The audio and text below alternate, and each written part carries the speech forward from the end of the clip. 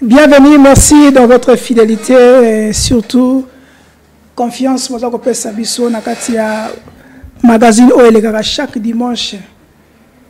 Rétro de la semaine, le lot aux sous Elongo Naba Yimboka parmi Elongo Nabango Tokobeta Masolo Ndengeni semaine Elekaki semaine Oezalaki chargé pour mobiliser pour la marche. Il y a opposition, Oezali renvoyé pour le 20, donc samedi, au Ezakoya, et puis les sous la déclaration et Belé Salamaki par rapport à la mobilisation et à la marche, il y a un peu nous Salamaki, nous Salamité, puis les sous 5 ans à SSC par rapport à la fichier électoral, la proposition de Bango pour la Makambo ya élection, est-ce que Salamate, kasi actualité est tellement ébellée que si pour le lot, merci parce que vous allez ébellé pour la colanda rétro de la semaine et longo na baimboka kasi to que pesa mbote na ba o nyusu bazakati na biso awa o bandimi ko rejoindre biso pe ko répondre à invitation na biso liboso mwana mboka Jonathan. Bonjour. Bonjour Nico Charlie. Bonjour pena co-débatteur nanga na PCP ba Kongoma nya sobala na biso mbote. Ndeni bino bato de société civile comment ça évolue?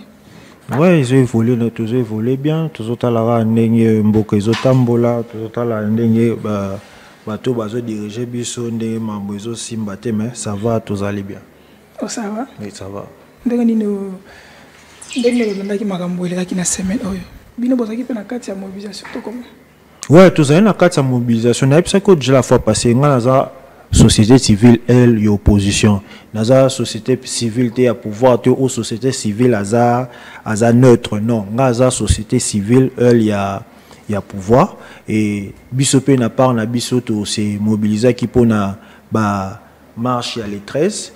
Bon, nakamwe comment biso bazolo batoza opposition peut-être comment va boyer biso marche na biso ko invoquer ba insécurité na mboka alors que ceux qui ba insécurité za na mboka ils ont devoir na bango étant que gouvernement ou étant que état d'un pays où il faut garantir sécurité il y a population mais hélas biso ils ont la kaka réclamation ils ont la kaka problème sur problème alors que ils ne sont pas en mesure d'encadrer normalement.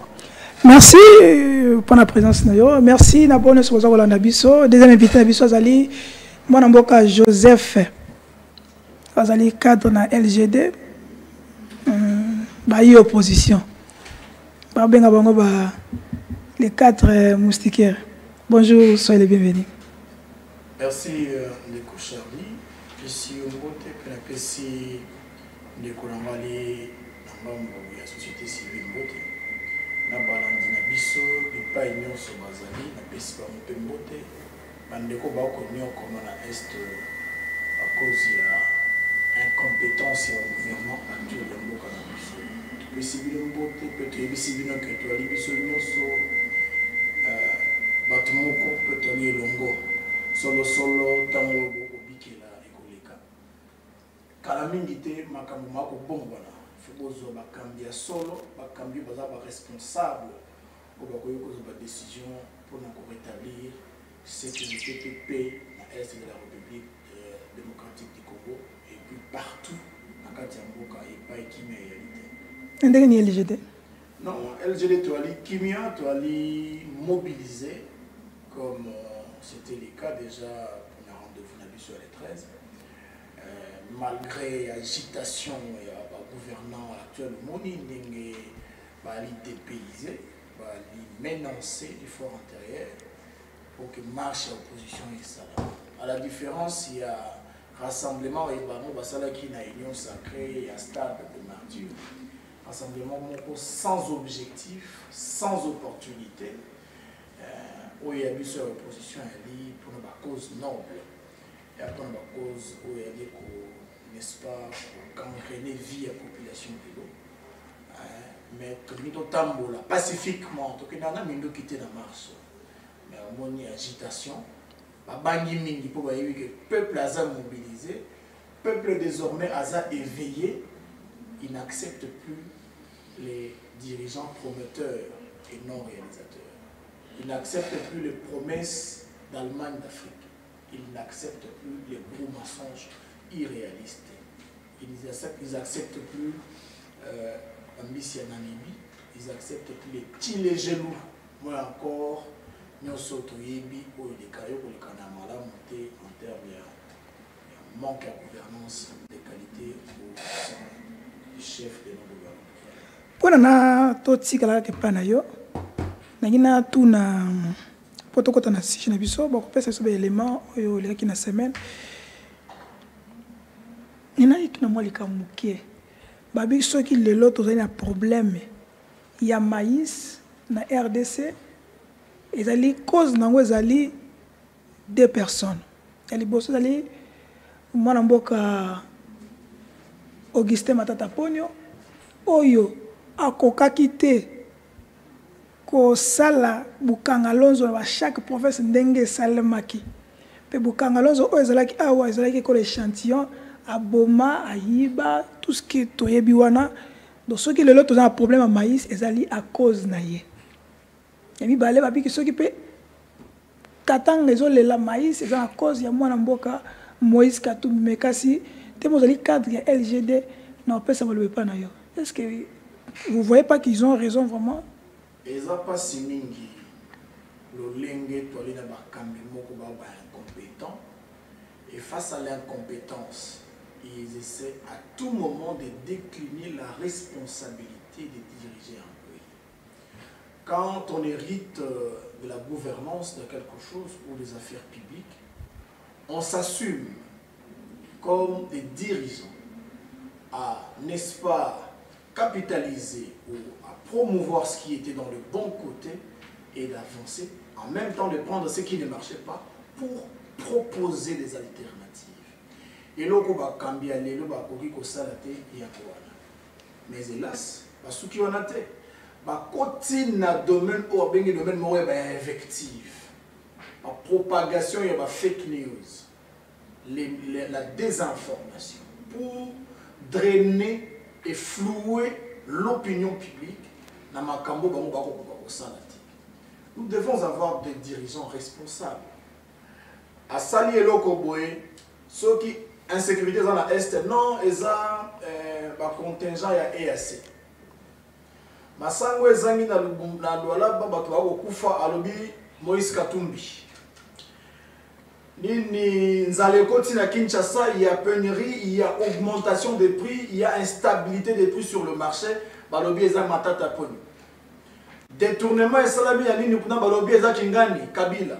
Donc vous sentez que nous avons des dirigeants qui sont irresponsables, qui ne savent pas s'assumer face aux réalisations. Donc aujourd'hui, s'il faut parler de 10 milliards de dettes, ils vont trouver encore un bouc émissaire pour essayer de charger. Est-ce qu'il y a la raison? Pas la raison de parce que tout le parce que c'était prévu ça à chaque province. C'était ça. Depuis que notre pays a accédé à l'indépendance, on a toujours nourri la population avec des moyens artisanaux. C'est-à-dire, Motaloni Moa Bilanganae, Missinguba, Aina Nguba, na teki na Bulibongo Awa, Bisoto Sombi, to Nikinguba, to teki li population. L'État nanu atikala kosa la bilanga, to programme ya bilanga, ya muneno ke koma na moyen ko lesa bato, ezalate. Le premier projet qui puisse être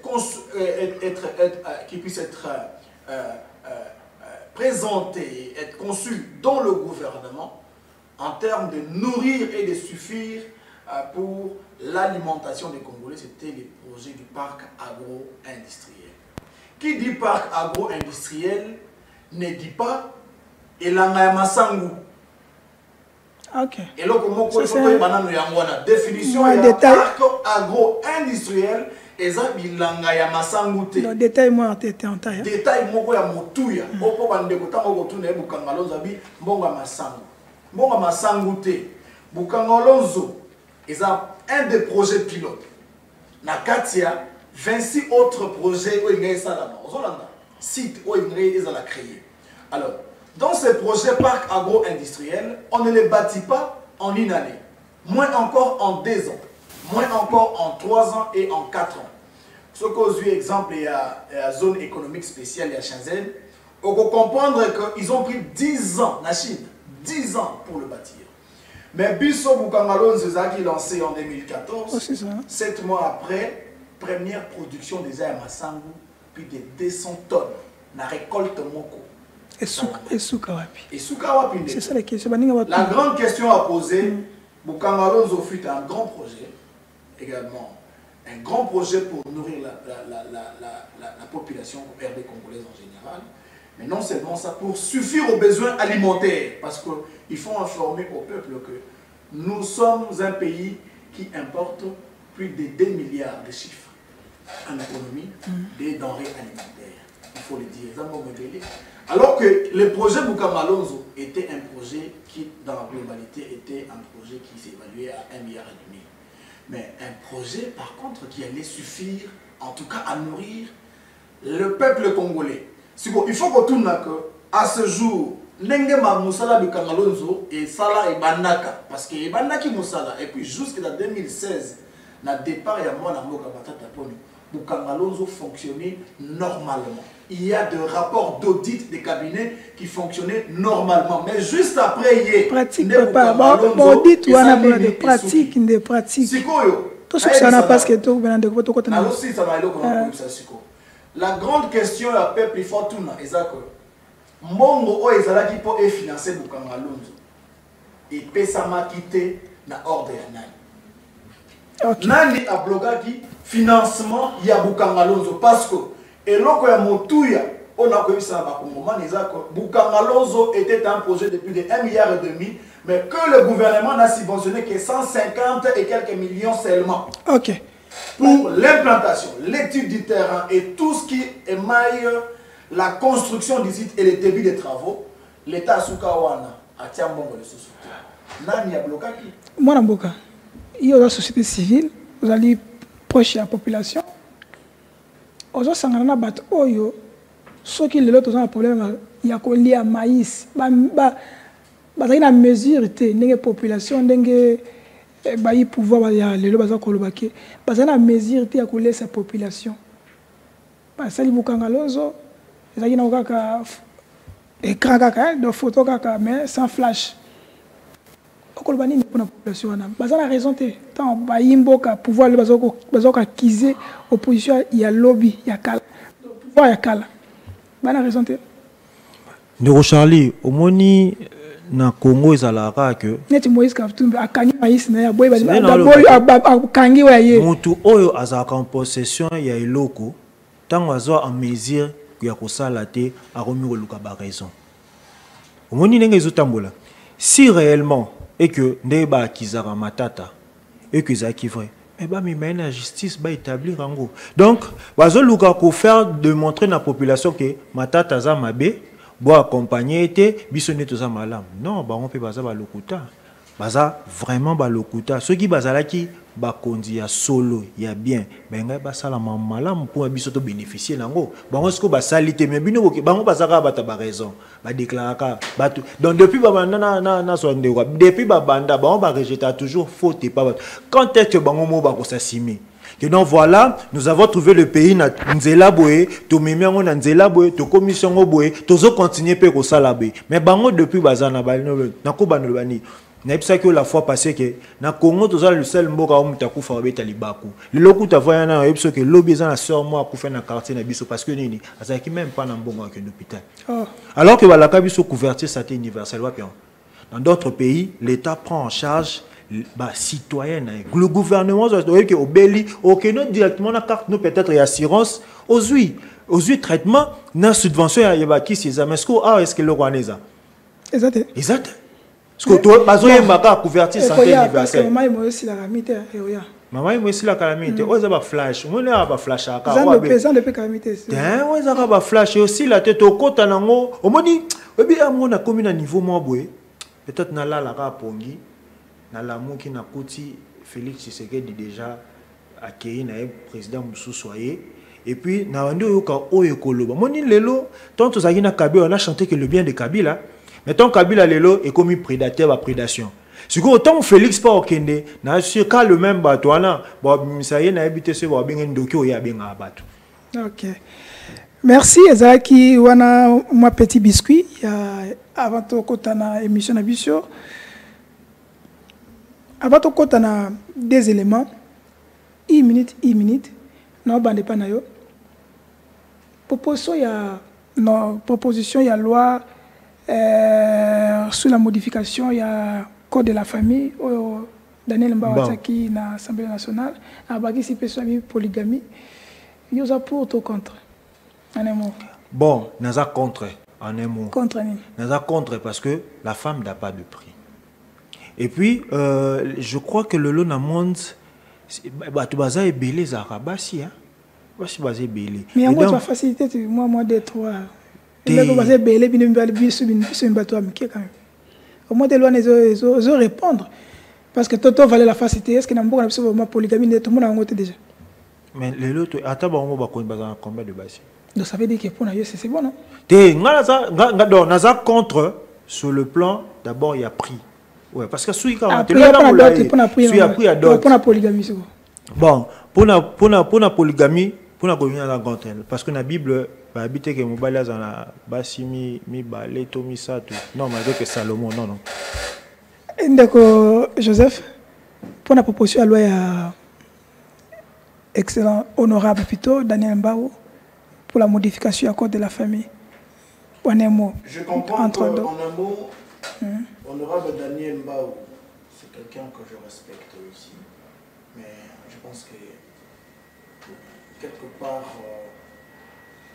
je ne veux pas le parler dans le terme de la juvénilité a toujours un peu d'impact sur ses prestations d'une manière ou d'une autre.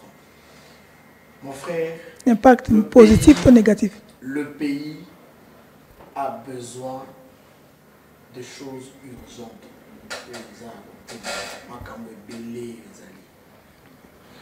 Nos représentants aujourd'hui, nos parlementaires, suite à l'obésité financière, où Félix Tshisekedi a matissé, on a $21 000, ils oublient aujourd'hui les urgences à caractère prioritaire pour Namboka. Qu'est-ce que ça va rapporter à la population? Le fait qu'on dise, moi si la commune à 500, moi si la commune à $300, la femme est sacrée. De la même manière que nous considérons, nous devons aussi considérer les femmes. Quelqu'un va faire son choix, il y a moi si na yé à honorer la manière où il y a lingi. Mais écoutez, misala ezate, maï eza passi, l'otilik eza passi, insécurité à Namboka, balkanisation à côté. Mais oh to moni pona ba parlementaire na biso ba ko linga mingi, c'est ce qui est de la futilité que je qualifie d'un. Donc, on a qualifié en futilité, mon gobo est importance mon côté. Loi sur la dot, la polygamie. J'ai d'ailleurs entendu Geneviève ou bien moi si mon corona lobby, la polyandrie, l'autre lobby Makamboya, Mboa. Vous sentez que nous sommes rentrés dans une distraction totale parce que les chapeaux, la tête des institutions drainent ces gens vers ce côté de la distraction. Sur le côté Assemblée nationale Oyo, on représente combien de pourcents? Pas de succès. Assemblée nationale Oyo, Bali Balobeli a peuple, Bali on a recours là-bas, Délice et Sanga, beaucoup de sous Bazali, mais Ebélé, ce sont des touristes. Combien de pourcents? Baza Ebélé, combien? Bali qui attaque 80. Oh, il faut que l'ongo la bango continue, bango ba kene na retraite. En tout cas, il faut pas qu'il y ait une retraite politique. Ces gens nous ont pas aidés à diriger les pays, à contrôler les institutions pour les amener à la concrétisation de quelque chose pour l'avantage du peuple. En un mot, combien de pourcentage de l'Assemblée nationale? Non, plus sont zéro. Zéro. Non, plus Ah, sont il zéro. peut pas. Zéro. Non, plus sont zéro. Comment on peut savoir zéro? Mais le Parlement, il a émanation du gouvernement. Tant que le gouvernement a apporté l'autre, c'est que le Parlement peut essayer de contrôler. Bah, moi, bien t'es. Ok. Merci, Eza Malobanayo. Population Ayoki. Donc, on a ce qu'on a. Beaucoup de ma campagne sur le long, on a quelques biscuits pour tomber un peu pour analyser certaines actualités et Kangaki week-end. Hervé, pesa biso belema pour notre côté vraiment na katia moboko il y a actualité to analyse au singlito pesa na journal OK. Nous voudrions rappeler d'abord que au terme de la déclaration que nous avons faite à Lubumbashi en date du 14 avril, nous avions annoncé la marche de Kinshasa pour la date du 13 mai, soit plus précisément un mois. L'hôtel de ville de Kinshasa, l'autorité urbaine, est restée silencieuse, sans donner de nouvelles, jusqu'à ce qu'une nouvelle lettre le saisissant de cette marche lui a été communiquée en date du 8 mai, consécutivement à la lettre précédente qui lui avait été signifiée depuis le 27 avril de cette année. La réunion qu'il y a eu hier avec les délégués, nos secrétaires généraux, pour examiner enfin les modalités sous lesquelles la manifestation de demain devait se passer, l'autorité urbaine n'a pas rompu la tradition que nous avons combattue dans ce pays pendant des années, c'est-à-dire l'arbitraire, alors que nous avons un régime qui est un régime d'information et non pas un régime d'autorisation. L'autorité urbaine, comme ses prédécesseurs, se saisissent de cette position pour interdire la marche et proposer des dates qui ne sont pas celles des organisateurs qui, eux, ont choisi des dates différentes. Nous savons que ce qui guide l'autorité urbaine, c'est la volonté de rompre l'élan de mobilisation que nous avons constaté et l'effervescence dans la ville d'une population aujourd'hui meurtrie, d'une population qui veut manifester contre la vie chère, contre l'insécurité grandissante dans notre pays et contre un processus électoral chaotique et frauduleux. Face à cette mobilisation, l'autorité urbaine qui a minimisé au départ n'a eu d'autre recours que d'interdire la marche. Et sur quelle motivation est-ce qu'il y a eu cette interdiction? On évoque la sécurité. On évoque la sécurité dans une ville où nous avons vu il y a moins d'une semaine la majorité, le pouvoir, organiser ici une activité grandiose. Une activité où ils ont convié l'ensemble de la ville sans qu'il n'y ait un quelconque incident pouvant attester aujourd'hui qu'il y a eu une tension dans la ville. Aussi, nous voulons rappeler que toutes les marches qui ont été organisées par l'opposition au cours de ces derniers mois n'ont donné lieu à aucun incident de la part de ces organisateurs. Face à cette situation, nous avons maintenu donc la marche qui doit se dérouler demain à la date du 13, mais conscient, étant à l'écoute de nos bases politiques qui disent de ne pas verser dans le piège de l'apologie de la violence où le pouvoir veut nous amener, à savoir, on interdit les marches, on réprime et on va tuer les citoyens et ainsi démobiliser pour chanter que l'opposition n'est pas là. En toute responsabilité, nous avons décidé de notre propre chef Et nous n'accepterons pas un nouveau dictat de la part de l'autorité urbaine que la marche va se dérouler le samedi prochain, c'est-à-dire à la date du 20 mai ici à Kinshasa.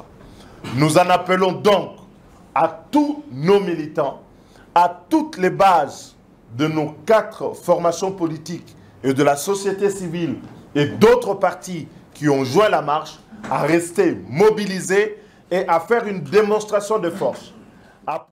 Réagissant à l'appel des candidatures lancé par la CENI concernant les recrutements des consultants pour l'audit du fichier électoral, la mission d'observation électorale 5O SCC rappelle à la CENI qu'elle est en situation de conflit d'intérêts, d'autant plus qu'elle ne peut être à la fois juge et partie. En outre, la mission d'observation électorale 5O SCC juge insuffisant les délais de 6 jours accordés à ces travaux, axés sur l'analyse du cadre juridique et réglementaire, dans toutes les procédures y afférentes, l'évaluation de l'unicité de chaque électeur de l'échantillon, l'évaluation de l'inclusivité, l'exactitude et l'exhaustivité du fichier, ainsi que la rédaction des différents rapports, peut-on lire dans les communiqués de la mission d'observation électorale 5O SCC. Pour la conférence épiscopale nationale du Congo et l'Église du Christ au Congo, la méthode amorcée par Denis Kadima contribuera à crisper davantage les processus électoraux déjà qualifiés de non crédibles par les différentes parties prenantes. L'équipe qui sera mise en place par la CENI ne sera pas indépendante et son rapport pourrait être manipulé ou orienté. Dans ce sens, la crédibilité du processus électoral va de plus en plus se détériorer, poursuit les mêmes communiqués. Par ailleurs, la 5O et l'ECC annoncent la publication de leurs rapports sur les fichiers électoraux pour le lundi 15 mai prochain et disent attendre les réponses à leurs questionnaires soumis lors des journées portes ouvertes organisées par la CENI la semaine dernière. Ce mercredi 11 mai 2023, le président Moïse Katumbi a consacré les gros de son temps pour se rendre compte des conditions de vie de la population du camp militaire Luka, où rares sont les fois que les politiques soient le bienvenu. À son arrivée, le chairman et sa suite ont vu les parcelles se vider des hommes, femmes, vieux et enfants qui voulaient à tout prix voir Moïse Katumbi.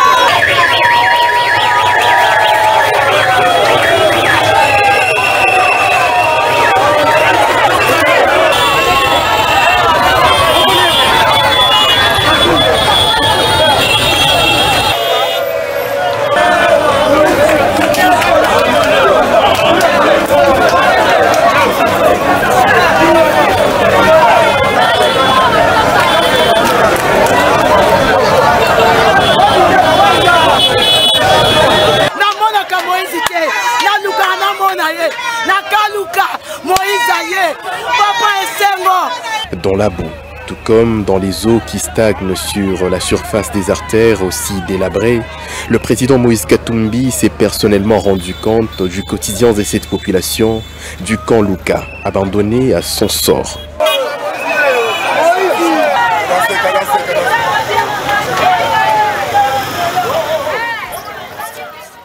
Merci, voilà. Nous sommes les gars qui na semaine oyo. Tout le monde propose bino parce que durant la semaine il y a des parents qui ont trop pris na musala koluka bino pe bana poto obokola na biso na YouTube to ebiki votre rappel m'a pris mais kasi lelo eza moi journée au va na ndako to to pesa bino to l'accès bino parmi ba éléments dominant qui notre semaine on a vu la Kinshasa surtout na RDC Mobimba to ko bana et pas na yo LGD. Est-ce que l'opposition sera-t-il en mesure de mobiliser Soussou pour samedi le 20? Vous êtes sûr vraiment? Na robenga oka opposition parce que Eza Marambo est élu peuple. Il faut voir même ceux qui ne sont pas dans des obédiences politiques. Il y a la société civile, il y a des confessions religieuses. il y a la population, les individus simples. En tout cas, en globalité, c'est une marche non seulement de l'opposition, mais des citoyens congolais. Et donc, on n'est pas pressé. Nous avons la mobilisation au rendez-vous. Et nous aurons ces 20, puisqu'il faut le préciser que la marche est pour ce 20, une mobilisation qui fait craindre déjà les autorités urbaines. Et pourquoi pas de l'union sacrée. Toro mobiliser Batuya et Belé, parce que raison elle a raison noble. Lutter contre la balkanisation. Et elle m'a camboyé kolo pour na biso nyonso. Etalité yozanani yokunozanani. Lutter contre la vie chère. La vie chère on est allé na ba combattant ya des personnes bazala na 12e rue. Etali mutu nyonso. Kongo mona na moye la ko sala akoya na marche wana. Na ba IDPS. Na batu ya IDPS, na batu ya INC, il faut baya na marche wana, pas une marche contre la vie chère. Marche contre la balkanisation. Marche contre le processus électoral chaotique. Il y a M. Denis Kadima. Oyebi Pombo qui a avancé. Na molongo mubimba, na mokili mubimba. Et sengaka kopo na ba animateur ya institution ou ba animateur wana qualité. Ba animateur ou ba na souci à peuple. Ba animateur ou ba yebi musala. Eza diamanté, eza or te, eza manganèse, eza uranium te, nde mutu sala ke mboka et comme le mboka puissant. Donc un pays puissant et développé.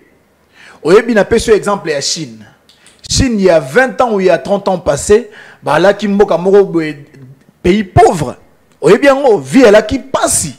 Mais leadership il y a ba kambia Chine ça li que Chine a telemisa mutu lelo akoma pe koloba.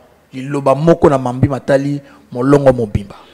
Et donc pour que notre pays aussi développe, pour que notre pays fasse des prouesses de développement et de progrès, il faut que nous puissions tabler sur la qualité des dirigeants, mais aussi la qualité du processus électoral qui permet à ce que la voix et la volonté du peuple puissent être exprimées valablement afin de légitimer des gens qui sont à mesure de diriger ce pays vers les progrès. Et c'est ça.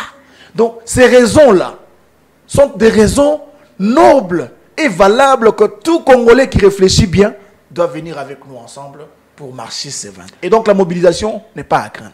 Parce que ça, là, on a un désordre. Est-ce que la raison, les autorités urbaines, après ça qui, ils sont, basés la raison, comment ça va, raison, hein? Raison à couper, c'est bien marche à les 13. Non, bah on a raison t'endeko. Mais sécurité. Bah on a raison t'endeko. Comme là qui va lettre à Liboso, les secrétaires généraux et la partie politique de l'opposition. Donc comme là qui bango depuis les 27, il y a mois passé, d'accord?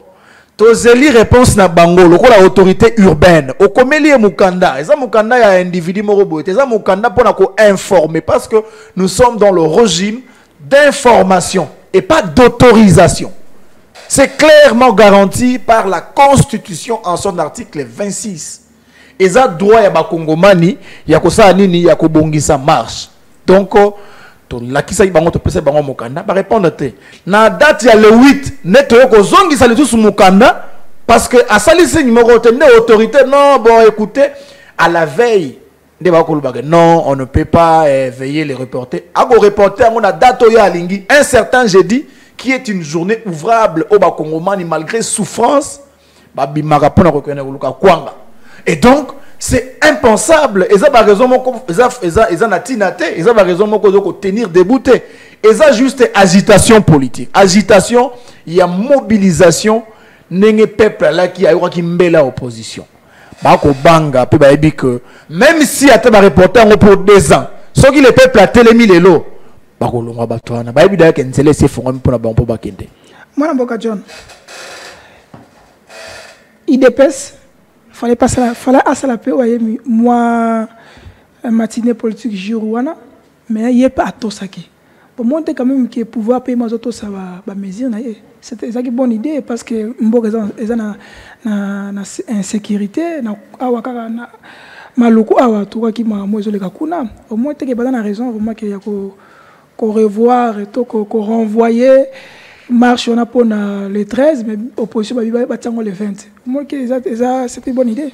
Néo Charlie d'abord ça une bonne idée pourquoi parce que ezaka mamu e banda ko leka na ba 2018 yango lelo izo salema IDPS les 4 leaders annoncé qui déjà un mois avant, je pense même dans la déclaration, il y a honorable Sessanga et Lobby, un mois avant déjà qu'il va projeter marche. Et lorsque va se réunir pour maintenir marche, on a pour le 13 mai, l'autre camp où l'Union sacrée et on perd, il y a mobilisation et un part où Eurosala pour la Sony Bayoka ya mbongo batwazo mbongo bakenda, ça allait en sorte que va empêcher activité en salle mais yango bango ba projeter ba matinée politique ba projeter aller gouverneur malin qu'il est aller à salira de sorte que oh non ba activité belé insécurité tout ça mais ça devoir il y a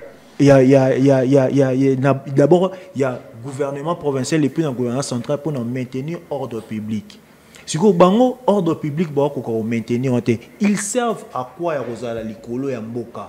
Ils servent maintenant à quoi? Il est temps batika, forcer batika, les batmusuboya, to réglementer les principes où ils ont justifié dans le ordre public, salubrité publique, toute tranquillité publique. Si vous avez tranquillité, ils nous servent à quoi? Bon, servez ils ont des informations plus que moi et toi quand même. Si vous avez des informations plus que au moins les gars et les gars pour j'aime pas parler de ça pour na perda oncle na ngam na mwani zo sa Jacques Atoba tota ko lele un certain vendredi en mémoire na parce que kenana kwa muta ndo sa activité na bo bilanga na mo kuna donc ba trouble et bandi à disparaître car jusque là on n'a pas information la famille on s'est décidé que à Koufina et voilà tout ça il a biso matanga parce qu'on ne sait pas avoir les informations là au place à Zala au bakanga qui va tenir parce que ils nous servent à quoi chaque jour dans nos familles on perd de personnes par des gens incapables au sommet de l'État. Toujours perdre de battu. Il est temps tika biso harmoniser le makam surtout d'abord la CENI surtout place problème ezamaka si c'est dans ces secteurs na coin wana toto la na CENI to ko tipeka nango donc CENI de mutu aza moteur dans le bas quand déjà la fois passée na bibiso toza focaliser car na CENI na ko continuer parce que c'est là où fraude ko ya pour batouana sur le terrain je pense même pas congolais moko a robé sa devoir na Félix Antoine Tshisekedi et même Nangobila est-ce que c'est na 5 ans il y a des lois pour pour un fichier électoral bazana a raison pour le exemple qui bazana nego est-ce na quand demander mutoza na président CENI liboso totina malumalu totina Corneille nanga to comme na Kadima est-ce que Kadima nga la service yo ça la système mo différent na baninga si les autres ba pesa ki ton ya mulai pourquoi lui azo chaka bata mikuse et puis bata na nyo so mikuse ngoza ka mabe processus électoral d'abord l'équipe mabe donc nyo so ça fait partie de la procédure tous les autres qui ndera mabe non donc on continue nyo c'est que mabe jusqu'à ce que to comme il peut le 20 allez terme na bango zaka opposition ezobanga société civile non tout ça tobanga te nous sommes prêts à aller aux élections et les gagner mais tous avons besoin to kende na jeu makambo eza bien pour que to metto to raci parce que réussite na biso eza garantie yo zali pour to compte ndenge batumsu bazo senga babi que il faut bande comme si ba payande ba ko sala audit wana oza pour yango non on a pour c'est pas sous na batali bandate mais à l'interne a pe biso sala ngo ou 5 ans na ECC ba ko sala ngo les autres mais c'est qu'on est ça déjà bandani pouvoir indima vraiment bango te so ba sala on va passer résultat bon pouvoir indima bango te parce que na esprit à pouvoir c'est comme si bango baza pour un camp net si le ba comme ça église na politique or les églises au bango ba okende ko luka wana ba to ndo benga ngo ba biso ba chrétien catholique to benga ba binzamizami les binzamizami ta bango ba des pasteurs o mukuna na o ya parti politique ta ba sali ba parti politique donc l'église to ko ko pese sous message té o ya parole de Dieu si ko à lancer parti politique na quand église to bimisa ba parlementaire to contrôler parce que to comprendre vrai donc bango balingi ebi ndeko Charlie ebi pourquoi msuku bota ma congolais aux perte Franchement. Oui. Bon, c'est comme si nous sommes l'unique pays au monde. Non. Or que les gens ont pays belé au monde, on se réfère par rapport à tout à la Miki la Libanda, tout à la même pays où proche na biso en Afrique. Tout le monde a quand même parce qu'il y a biso ezanini, kindo kiyo tonini. Pour notre succès, on a appelé ça Malwepande Joseph pour notre processus électoral. Des questions pour répondre directement. D'abord, vous croyez 2023 il y aura les élections? Je crois qu'il y aura des élections, à moins que Bako Sabi sauter.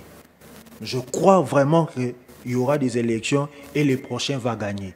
Je crois réellement. Mais ce que Bako Sabi sauter. Est-ce que vous avez sûr, vous êtes sûr, parce que vous avez une société civile pro et opposition, est-ce que le 20 mobilisation est Salamaki? C'est est-ce que vous croyez vraiment que la mobilisation est à la terre peut battre vraiment? D'abord, parce que l'Union sacrée, le cadre belge, que les matchs retour. Bango bazaka bazaka biloba baloba na banda ki a opposition a pété boti comme ça tout ça marche na biso a pété comme ça bota la combien bon nous sommes faibles bon banga te que des biso to banga d'abord date il y a le 20 biso monte parce que bon on va proposer sur le 18 à moi que na bossa le 18 biso chango le 20 parce que to l'axi déjà que na temps na to relancer mobilisation encore et puis il y a la dégâts. On a rassuré que ils ont des dégâts. Quand on est tout banako ça la kala na les pères, ne tout continuons parce que tout ça na bisoka na ligne wana to dégâts. Moi Namboka Joseph, vous allez na LGD, vous allez pas en tête en fiche pour l'opposition. Quand vous avez un processus électoral oyo, vous avez vraiment sûr qu'il faut qu'il y ait il faut revoir quelque chose, il faut revoir, il faut rejoindre FCC Moboulou. Merci mingi Ndeko Charlie pour na motuna nao. Mais na banza moko na ba cause pe raison eko kitsa peuple na kati ya mboka na balabala. Et elle a raison oyo tikotanga siko ya la qualité du processus électoral. Na yoto ekolo bakala mingi te awati.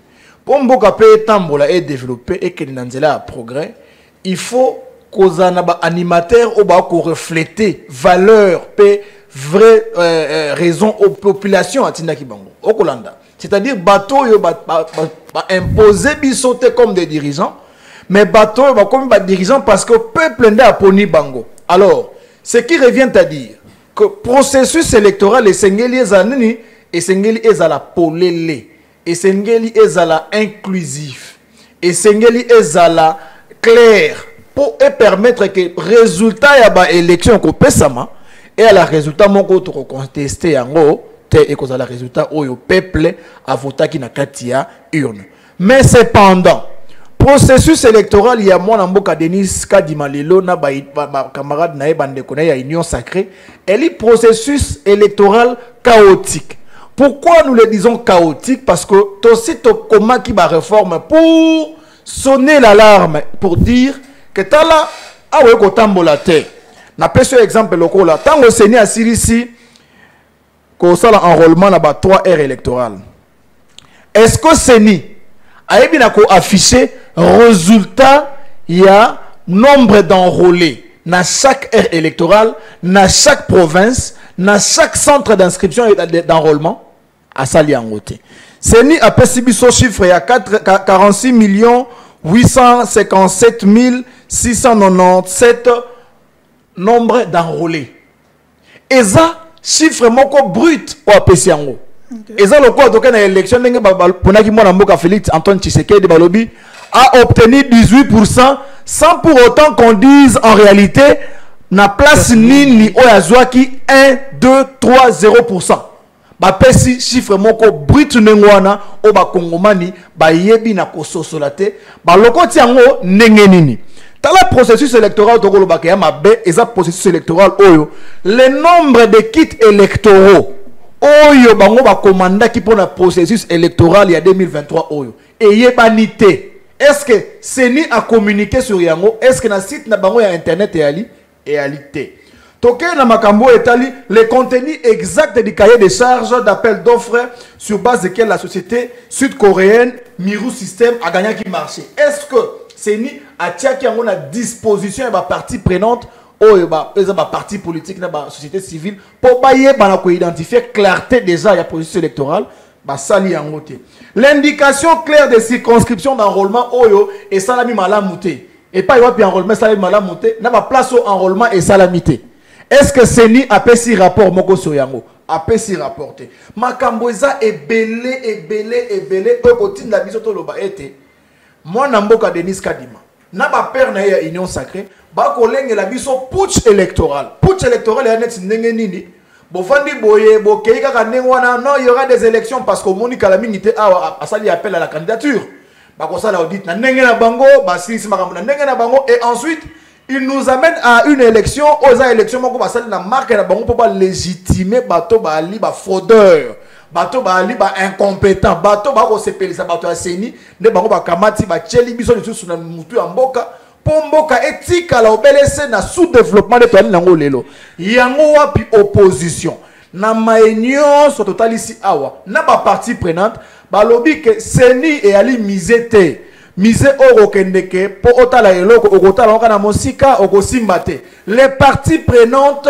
doivent être informées de chaque processus. Il y a comment on le kanakati ya CENI pourvu que tout passe sa crédibilité na processus électoral oyo pour tous la élection pour traduire vraie volonté à peuple.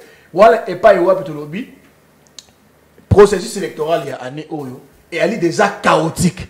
Et nous ne pouvons pas accepter d'aller aux élections avec ces conditions si ce n'est pas réglé au préalable. Il y a encore grand temps pour tout bongisa makamoyo ensemble dans la société civile, ensemble dans ma partie prenante nyonso pour tout zela maponomia solo pour nabi que solo pena mona mboka Félix à cause de mais aux hommes que par rapport à processus électoral, vous avez revendiqué, mais bon qui n'a bien qu'à bon cas, puisque vous avez rappelé, on a Nojek, Constant Moutamba, Malobi que nous demandons à la CENI de recourir à l'expertise nationale. Et aux pour Yango, Tolingi Bato, il y a pas un débat à la audit ou un affiche électoral. Expertise, il faut un salama. Yango a bien contrôle. Pour Makamunyo sonne Yango, ils ont contrôle et salama. Pour donner la crédibilité à ce processus électoral. Opposition déjà si à Beta Kimbela. Mais ça peut être composé de l'extérieur comme au niveau national. Il n'y a pas de problème. Le problème c'est qu'on arrive à éclaircir le processus électoral et à le processus aux la miner n'a pas irrégularité. Position ya kolukali au libanda au national ou international et ça n'aura maramoko zangitina parce que l'idéal c'est que l'on puisse avoir l'expertise mais la contre-expertise encore pour la certifier bah y partie prenante que voilà processus électoral est à un niveau boy. Ou est ali question boy et ali boy. Mais CENI a kamati a fixé en pour 4 jours. Ndeko et ça impossible à ça dans 4 jours. Ce qui veut dire que la CENI reste dans l'angle où il doit confectionner les choses pour essayer de prioriser davantage les gens qui ne sont pas là pour le besoin du peuple. Ceux qui sont là pour leurs propres besoins. Il y a un moni opposition, toko kitana balabala. Les ali première activité à mon aîné. Maintenant si manango toko zongi la bino a toko communiquer na bino. Ce qui changement réalité et lo konine toko sala. Mais na lo lenge mokope toko bongisa maponomi. Mutaokima maponomi ati. Toko bongisa maponomi poto ebe ke bato ba ko mboka lelo. Ataka na ba tricherie. Ba kozonga pete ebele ba kozonga te. Baza conscient que ba kozonga te. Yango biso toko bongisa maponomi, toko bangelo ko moko te. Toko mina na suka actualité mususu ya suka. Mwana mboka président de la République Félix Antoine Tshisekedi lelo azali na oyo et pas ya présence asu. But monsieur Walobi que ça pour parler pour ba doser bien moi dialogue par rapport à moi belé aux na information na peuple alinga dialogue te soko ko ko kambate olongwe peuple alingi bato ba ko kamba ba ko pesa ba résultat soko kamati le nombre de fois où le président Félix Antoine Tshisekedi a sali ba voyage depuis mandat na ebandi donc a sali plus de 200 voyages tout ça en moyenne 300 voyages Dans les 300 voyages, multiplié on a voyage minimum 3 jours. Pour exemple, c'est l'équipe 3 jours. Minimum 3 jours. C'est que on a 900 jours. On se comprend. 900 jours divisé en ce qu'on a une année par année. Donc une année à 300 combien de jours? 365 jours. Donc Félix Tshisekedi, assez à ça, il y a 2 ans et demi, quand on a 3 ans, Libanda et Moka. Nous n'avons pas besoin de ça. Qu'est-ce que ça produit? Azana Oyo, Azana Angola, Azana Kuna Nairobi, Azongibo. Mais moi, Namboka Félix Tshisekedi, et Bongi, Alanda, par exemple, le roi Magufuli. Abimi Libanda, Mbala Moko, Mbalami Bale, mais Oyasal Namboka Naye. Eleki musika bato batamboli mokimo mbalokola mwana mboka Félix Antoine Tshisekedi ona ko pesa mbote na musika oza pour ndenge à rejoindre Maloba na bino azongi na Sadek on est zandé tango asuki maele ndeko mais bino tango asuki maele parce que biso toali na parti na biso mokambi na biso mwana mboka matota ponyo alaki mutu oyo asali ke bitumba na 2013 esi la face ya armée ya groupe rebelle na est asalaki yango na force armée na biso moko mais na moi lisungi mukepe ya Sadek ozokolanda ndeko soki mwana mboka Félix Antoine Tshisekedi alaki maele alingaki azwa exemple wana asala ete tozongela bitumba nesa nini esila mais akei epa na ba ami na ye na ba partenaire fiable na ye ba Kagame ba Museveni a signé ba contrat na UPDF, a signé ba contrat na EAC. Finalement, il se retrouve être embrouillé, menti, trompé, a yebi les sous-soutés. Batora ba ba koti na mboka. Ba ko mandenge nini? Alors, c'est pendant ne ba ko kanisa siko yo non, to kende na EAC, to kende na Sadek kuna to kamata. Ba ko sunga biso. Mais c'est un désordre qui traduit fidèlement l'incompétence et le manque criant de leadership. Il y a Kambialelo, notamment mon amboka Félix Antoine Tshisekedi. Mon amboka to succès pas nayo, to comme na suka par rapport il y a résultat to réponse à Sadek babi ke ba otinda ba élément na bon awa na ba o déjà ba awa EAC et ça mandeni bino société civile boza pour to boza contre parce que il paraît société civile mususu ba senga ki surtout il y a Goma parce que pour la bango vaut mieux que ça dit qu'il y a que est assez.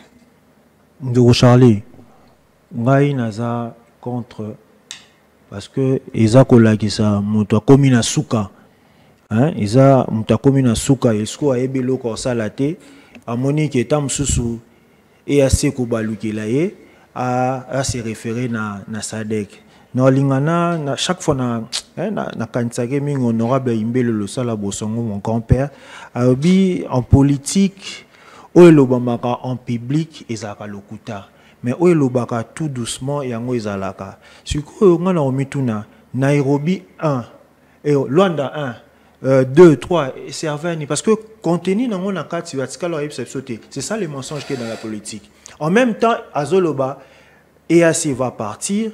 En même temps, à Zoloba, dialogue exactement M23. Or, dans le coulisses, dialogue n'a pas tenu sur un Isali. Donc, n'engue pas. Vous en avez preuve. Hein? Vous en avez preuve. Mais notre spécial moutouti. Oaza monteur n'angayo, n'azana idéologie na esprit nae. C'est un politicien. Donc, bango on route y a le tout ça la yamabe. Bango bazaka l'époque où y a Mobutu y a le plus pire. Donc, ce qui a lobby biloko a bongo a ebi pourquoi lobby. Donc, nazana ba preuve parce que contenu nyonso accord et le nyonso oyo un chef doit signer, ils sont là pour nous. Bazala ba konzi pour na bangote, bazala pour la population. Donc, et le retour au besoin engagé, il faut pisoper population tous à la au courant nango. Toeba, bo signer qui na Nairobi un ni. Non, c'est rappelé un journaliste mora posaka président ou Kenyatta. Question. A tourner conclusion na accord ya Nairobi za provenir à koka ko lobate a beta munoko utiliser comment parce qu'ils savent dans le fond makam o bazwa ki ba ko yebisango population pas une fois la population ko yeba ata komoni cortège anda tanda ba soda na nzela wana tango ata to bimele wana bandi peut-être ekomi dégâts mwana mboka Félix Tshisekedi na Pasasu Babi qui paraît moi dialogue dans la kati, babenga une société civile, babenga opposition pour sangana, bota makmundo qui parce que mboka za na insécurité. Comment était que ça? Te muto dialoguer d'abord. tant d'abord le président Matata Pogno et nani tant le président Fayoulou déjà de Martin Fayoulou déjà de début si to comme na souka président Eli a participé à l'autre en maintenir résistance na oyo a gagné qui élection tous en président Moïse Katumbi oyo a tambola qui ensemble na union sacrée atali que idée maele oyo na pesi na moni baninga bosala ngote abimi tozana honorable Sesanga yemope azala ki parce que zaki na membre moko ya gouvernement je crois la ministre ya justice yepe a longwe toza kutu na sénateur Matata Polo oh ye azala déjà kutu déjà libana même ce FCC cache azaki libana siko nani ngwa linga so travailler nae donc mutu monte biso toza focaliser cap les élections et to na ebise ko les élections oh nous allons les gagner. Donc, gagner l'élection. Bango bazo utiliser kara point donc mutaza cuisine stratégique na bango eza seni biso pe to yebi ke cuisine stratégique eza seni et biso to zatu donc to lali la bango ka cousin de président Moïse Katumbi ba to ke voter to lali wana to membi ba mapa to membi ba brosse da le honorable dernier sa fois salara ba brosse da mai nyonso to kolala wana il faut pas pesa biso ba résultat exact. Merci. Ezalaki wana ba analyse ya bandeko par rapport à autre salaka chaque dimanche pour nous commémorer la actualité on est sur la semaine qu'on permette bandeko ba pesa ba analyse na bango pe ba critique na bango parce que Congo eza pour na bisonio surtout